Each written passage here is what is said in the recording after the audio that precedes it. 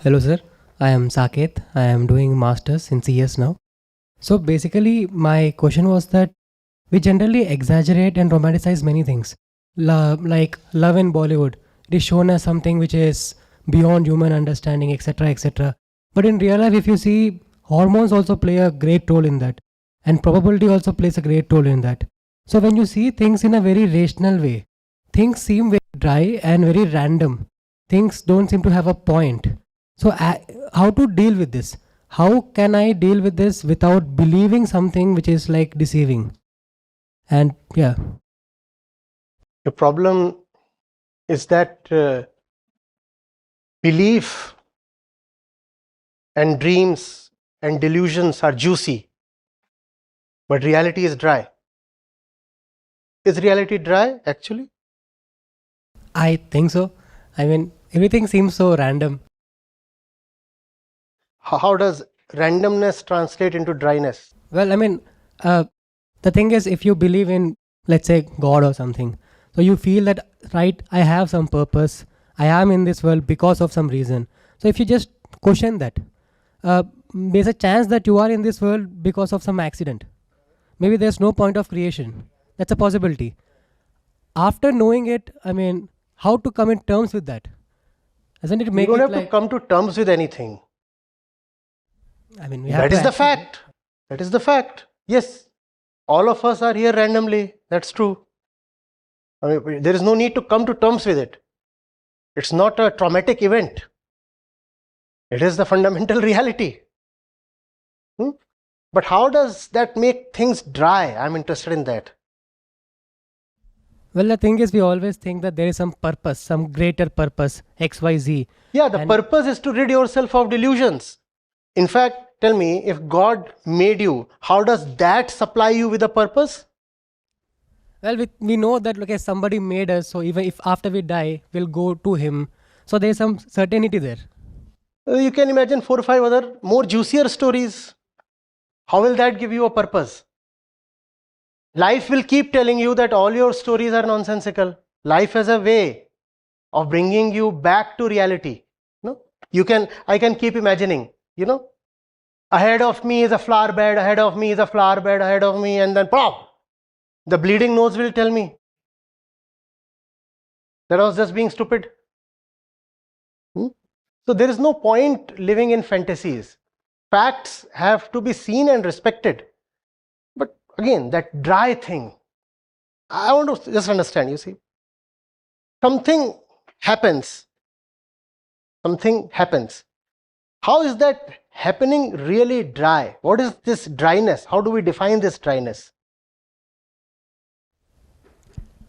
Well, like if you believe in the Bollywood version or very romantic form of like love, it just feels, I mean, it sort of feels very amazing. So when you say that, no, this is, No, it doesn't feel amazing. It feels amazing only when you are unconscious. When you are conscious,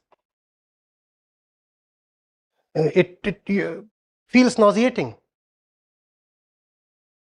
Feels nauseating. How do you feel today looking at the 80s and 90s mainstream Hindi flicks?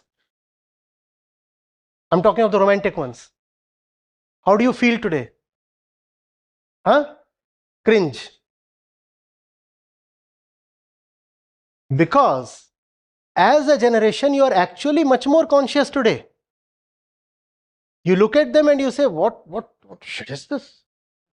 Especially when the girls would look at those flicks. They would be angered by the portrayal of women. What? But if you have someone who is still in the 80s, 90s mindset, he might still go gooey looking at those, great romance. Great romance. It's not that those stories, those pictures, those movies, ideas or imaginations, they are inherently juicy. They are made juicy by your unconscious mind. The more unconscious you are, the more these things will attract you. And the more liberated you are, the more open you are, the more you will say, no, there's nothing in it. Keep it away. Today you use scenes, parts from those movies as comic material, as memes, don't you? Don't you? In their times, those things were being taken very seriously. Oh, this real romance. What kind of romance? So it's not that certain things are inherently appealing to the mind. It's just that depending on the level of the mind, it is one thing that appeals versus the other thing that appeals. When you are drunk, one thing will appeal to you. You might feel like throwing the same thing away once you are sober. So don't be so drunk. Reality is very juicy. Don't worry. There is nothing more fascinating than the truth. Go ask that to those who have dedicated their lives to the service of truth. Exploration, discoveries. How dare we say that they had had dry lives? Go to an Einstein and hear him playing the piano. Is he a dry man? Or closer home, go to a Bhabha. See him painting something. See him at music. Is that really dry?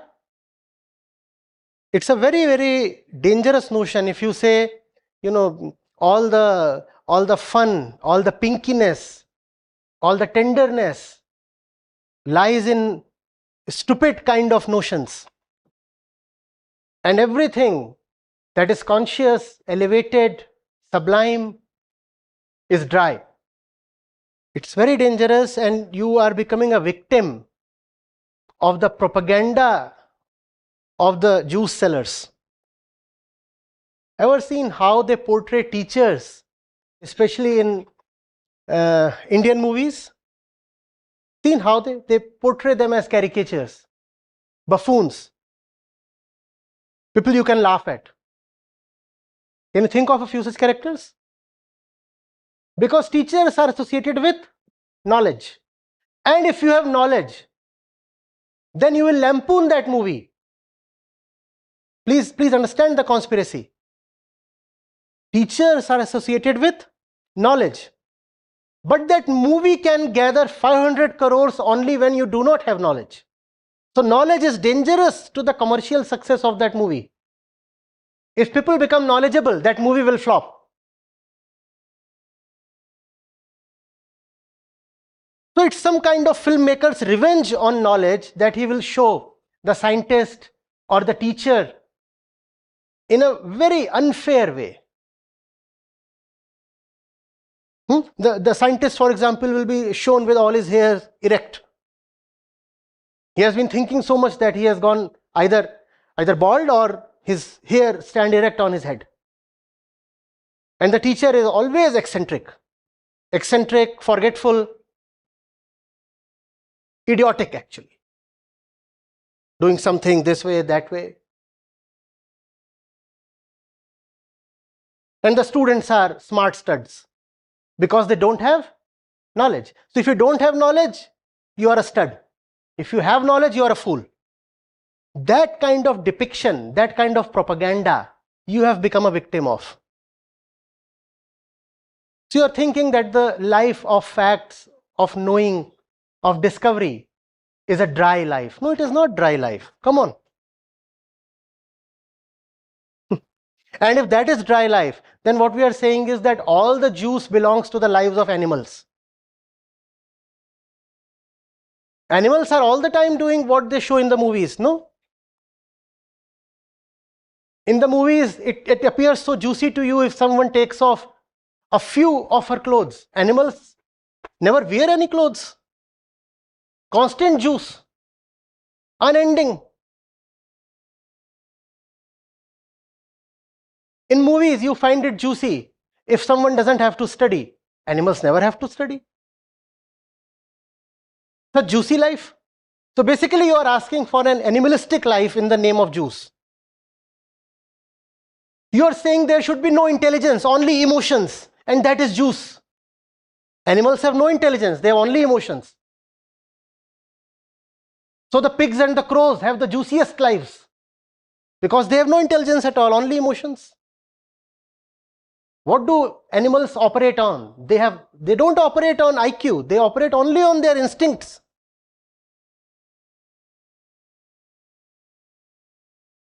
You want that kind of life?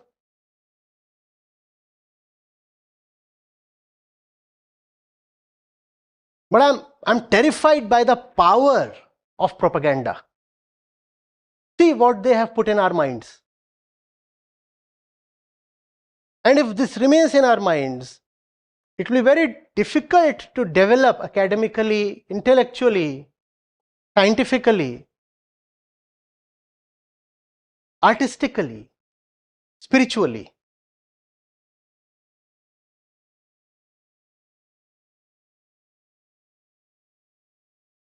Facts are fun, but we have been told stupidity is fun. No, intelligence is great fun. Intelligence is great fun. But when you want to have fun, you deliberately act stupid, don't you? And the fellow who cannot act stupid will be taken as fun hater. Why? Because he cannot act stupid. So even those who are actually not having any fun, if they want to have social acceptance, they act like clowns so that they can demonstrate that they too are having fun. Have you seen how it happens in your parties? 80% of the crowd isn't drunk at all. Still they are behaving as if they are drunk. Because if they show that they are neither drunk nor do they enjoy being drunk, they will be ostracized. You will say, oh my God, he's a dry fellow. He's a dry fellow. I start narrating stupid jokes to you. Would that be juicy? Huh? In response to your question, I gave you some kind of an idiotic reply and said, ha, ha, ha. You'd find that juicy? What is this terrible definition of juice? Let me take you back to the classics, the Upanishads. They say, raso vaisa. When they refer to the truth, they say, the truth is juice itself. All the juice lies in the truth. Juice does not lie in stupidity or in falseness or in delusions. Juice lies in truth. I'm all for fun. Avoid cheap fun. Pay the maximum price and then you will know what fun or pleasure are. Exert yourself to the maximum. If you can run for 5 kilometers, run for 8 kilometers. And then when you will sit down, you will say, good fun. Now that's fun. You could run only for 5 kilometers, you ran for 8. And then you say, yes, good fun. Drenched in sweat. Possibly even in a bit of blood. You say, good fun. Now that's fun. Fun that you have paid the price for.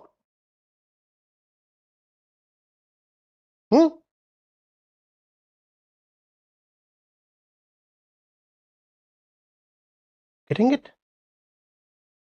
Every cell of your body is saying, come on, let's go to sleep. Come on, let's go to sleep. You don't want to go to sleep. You have something to do. Something, anything. You want to complete a book. You have an assignment. You have an exam. Or you just want to be awake. No reason at all. And then after long hours, you find the twilight breaking. And suddenly some birds are chirping. And then with your body breaking down, you say, good fun. Now that's fun. Fun that you have paid for. Fun that is legitimate. Fun that you're not stealing. Fun that you own.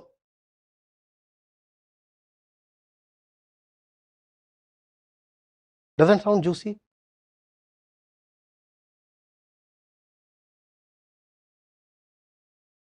I speak on behalf of all those who have been the jewels of humanity and yet have been terribly wronged by us.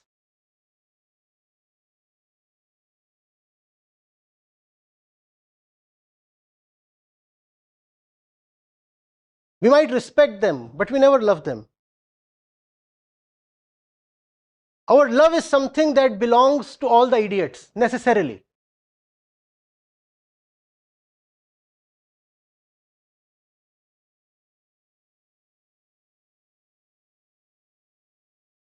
I love the scientist. I respect the scientist. I respect the scientist, but love the dog. What is this dichotomy between respect and love? Why can't you love the one you respect? And if you can't love the one you respect, what does that tell you about your love and your respect? I'll share one anecdote. Maybe my choice of wording was wrong. So my Jija unfortunately passed away. So my mama and mommy, they both were of course very sad. My mommy believes in God. My mama doesn't. So the time which my mommy took to recover from that was way faster. She felt randomly that maybe God has took him from me because he would be in a better place. My mama doesn't believe. So in this aspect, what I have seen is that she believed a story, she believed a romantic version of God, and she came out of it quite quicker than my mama. So my main point was that. Alright. This is the floor. Literally the bottom. Actually the rock bottom. There are some rock pieces here. Right? If the gentleman here falls, how long will he take to recover? And compared to him, if I fall, I'll take longer to recover, right? Right. But to ensure this quick recovery, he will always have to sit right at the bottom. If you are anyway always living in a state of consciousness that's full of suffering, then more suffering doesn't hurt you that much.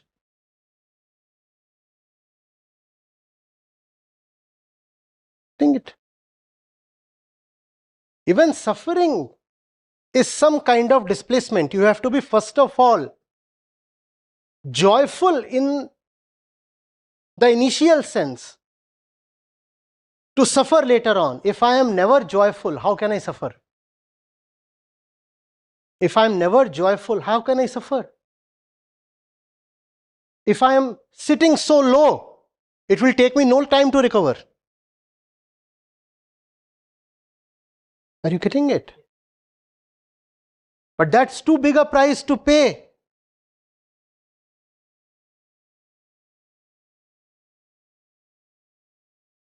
It's a very, very known thing, please understand.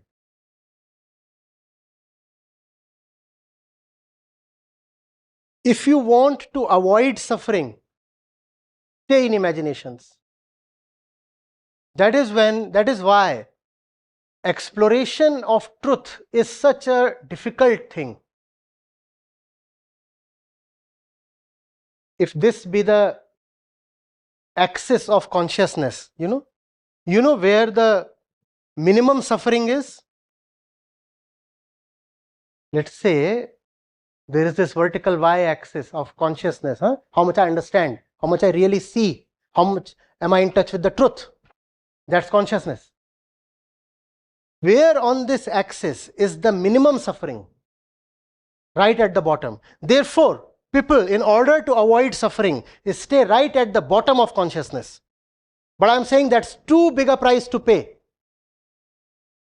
That's why people avoid facts. That's why when you start talking reality to people, they quickly say, let's change the topic. Have you seen that? You start talking real to people and they get afraid. They say, please change the topic. Because they exist at the bottommost level of consciousness. and there is very little suffering there. When you are exactly at the zero level, there is no consciousness. You are inanimate. You are material. Do you suffer then? Do you suffer? When you fall, do your shoes suffer? No, because they are inanimate. They have zero consciousness. If you have zero consciousness, you will not suffer. And some people are so afraid of suffering that they reduce their consciousness to zero. But if you reduce your consciousness to zero, you have also reduced your life to zero, because life is consciousness.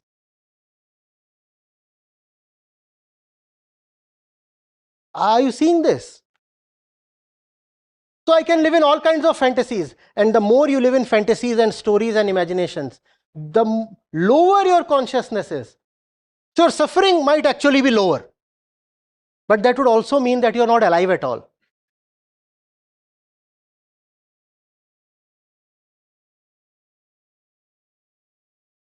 To students like you, it was like 12 years back, I once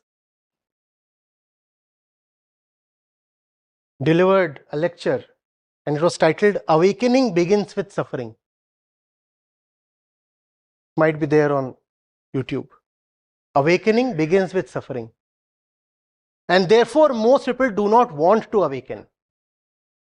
Because if you awaken, you will suffer more. Lying at the bottom here, there is very little suffering.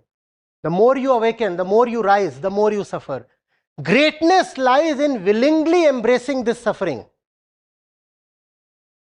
It is for cowards and idiots to say, I don't want to suffer, therefore I don't want to be conscious. I willingly want to embrace suffering. Good evening, sir. Uh, Sir, my question is a follow up to this question. You said that as consciousness rises, more and more suffering also rises. So, would not there be a limit to this? Like when you would be at the highest conscious. The curve has an inflection point. It's not as if suffering would keep rising infinitely. Rises and then falls, peaks and then subsides.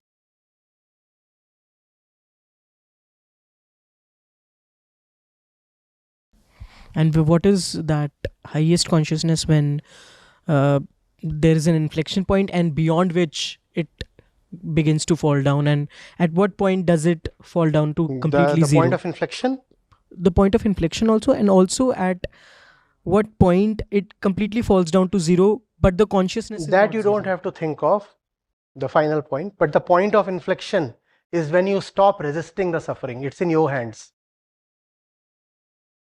It's not an objective coordinate. It is a choice that you make. When you start feeling comfortable with your suffering starts to drop. That's the point of inflection. The more you keep thinking, oh, I don't like this. Why do I have to pay such a high price for living honestly? No, no, no. When will this end? It is just an examination. When will the vacations begin? Fall in love with the examinations. The examinations will no more be a big deal. You have to allow yourself to embrace anything for the sake of honesty. And then it's your resistance that becomes your suffering. Na? When you are no more resisting it, it's no more suffering. Acknowledge it, accept it, surrender to it as early as possible, and you get the inflection. Also, if the point of inflection doesn't come, then the suffering will keep rising, which means you will crack. You are not built to take infinite suffering. At some point, you will simply crumble. Therefore, the point when you say, this is my life, I have chosen it, I'm all right with it, that point should come as early as possible. See, it's like this: one gets fat, one decides to start running in the morning, and that's painful. The body is not designed for that, or the body has not has come to a point where it cannot take that. The more you keep telling yourself, oh, this is paining, this is aching, my knees, what do I do with it, everything, I don't want to get up, and entire day I feel sleepy. The more you keep telling yourself these things, the more difficult it will be the next morning for you. Simply tell yourself, this is life. This is life and I have chosen it. Now there is no looking back. There is no other world, there is no other life. This is my life. I have consciously chosen it and I'm not going back. Once you acknowledge it fully, the suffering drops. Complete admission.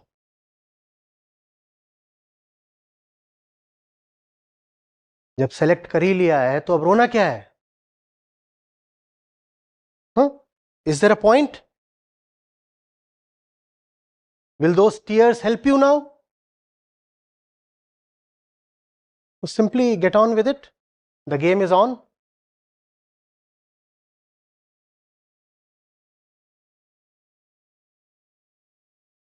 What we are saying actually is, all suffering is more or less about cribbing.